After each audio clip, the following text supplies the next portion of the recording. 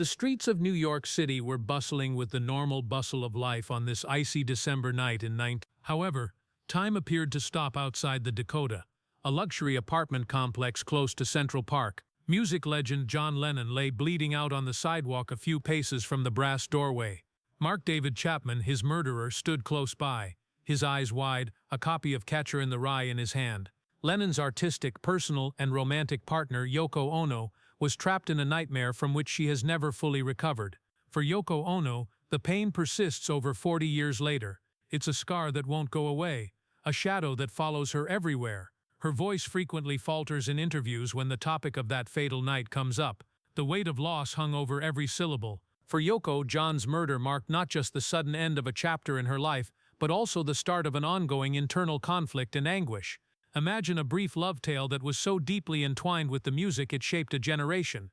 Known for their avant-garde artwork and the notorious Bed In for Peace, Lennon and Ono have always generated controversy. However, they had all survived John's split from the Beatles, the strain to raise their son Sean in the spotlight, and the derision of the media. Yoko was usually the one with strength, the woman who quietly and dignifiedly bore the criticism and backlash. However, it was unable to shield her from the painful loss on that chilly December night.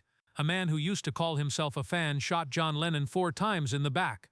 Motivated by a warped sense of purpose, Mark David Chapman had changed from an admirer to a murderer in his quest for notoriety. Why her beloved John was snatched from her in such a cruel and senseless manner has always been a mystery for Yoko. What was the reason behind this stranger's belief that he had the authority to put out the light that John had introduced into the world? The reasons behind John Lennon's death are as puzzling as they are eerie, and it continues to rank among the most pointless catastrophes in music history. Chapman's obsession with Lennon stemmed from his compulsive belief that, despite his enormous fortune, Lennon was a hypocrite with his message of love and peace.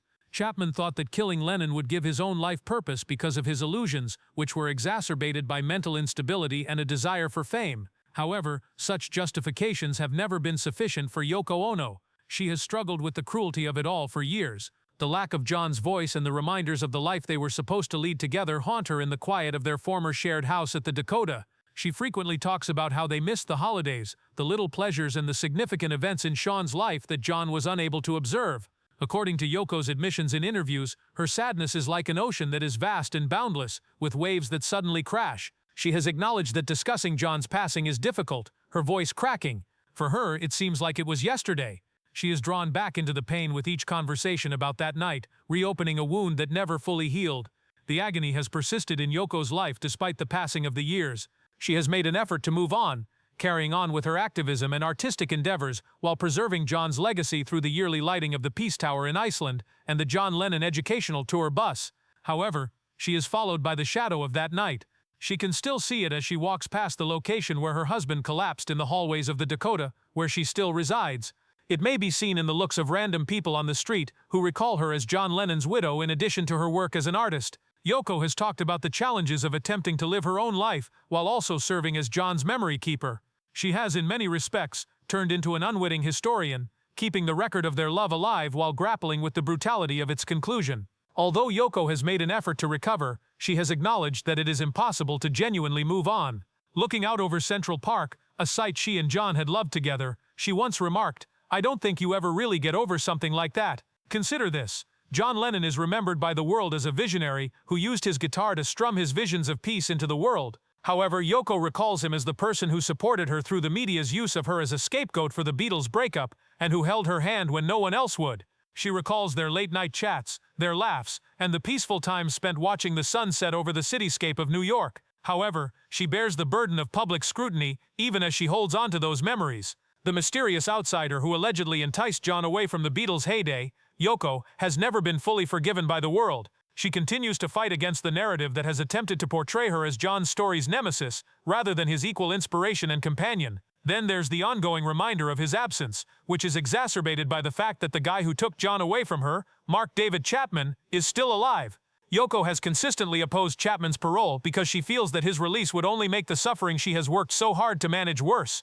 John was a man of peace, but she has made a rare revelation that reveals the depths of her ongoing grief. "I'm not sure if I can forgive her." Yoko Ono has become a symbol of perseverance in spite of her suffering. She used art as a means of expressing the suffering and hope that have characterized her life, transforming her sadness into a means of achieving peace. Consider the fictitious Peace Tower, a mystical ray of light that illuminates the Icelandic night sky every October to mark John's birthday. By sending a message of love that persists despite unfathomable grief, Yoko seems to have managed to keep John's spirit alive and reach the skies. Abstract pieces by Yoko that portray the pain of life without her love frequently bear the weight of her anguish.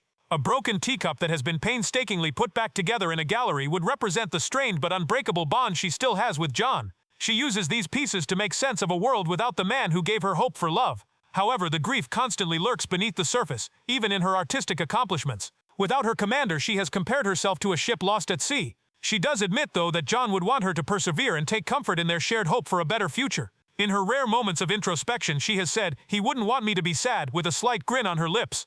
The tale of Yoko Ono is one of love, grief, and the will to keep going. Anyone who has ever felt the intense pain of losing someone too soon can relate to this narrative.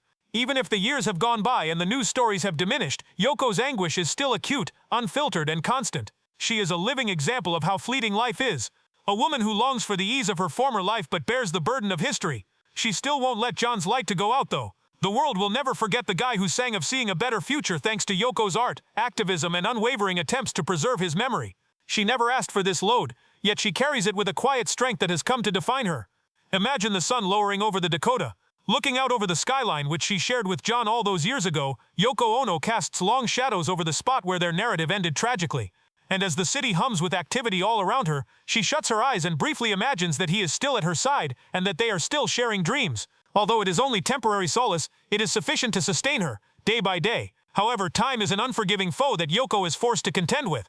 Now in her 90s, the burden of her age serves as a continual reminder that she has a certain amount of time left to carry out their common goal. Nevertheless, she perseveres because she knows that every day she preserves John's goal is a triumph over the evil that sought to silence him. She sees every endeavor and artwork as a tiny act of rebellion, a pledge to John that their tale will not be lost to time, and a refusal to allow his voice to be ignored. However, there are days when Yoko's strength fails and the memories threaten to drag her under, and the weight of survival becomes too much to bear. She has talked about feeling as though she is leading two lives, one for John and one for herself.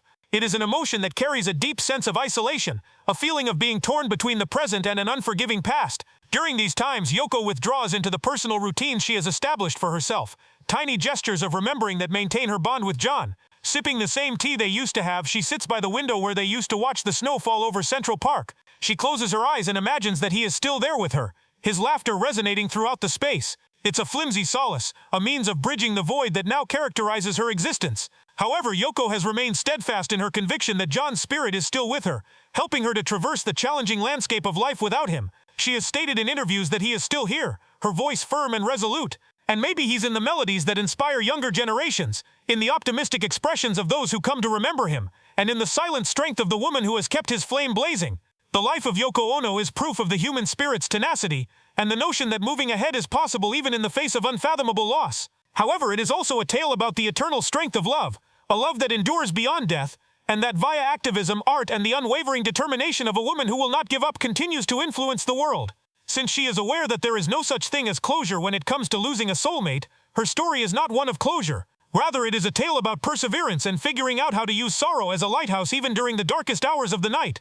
Additionally, John Lennon's presence will continue to live on in the art, music, and hushed dreams that still hover between the places they once shared as long as Yoko Ono is alive.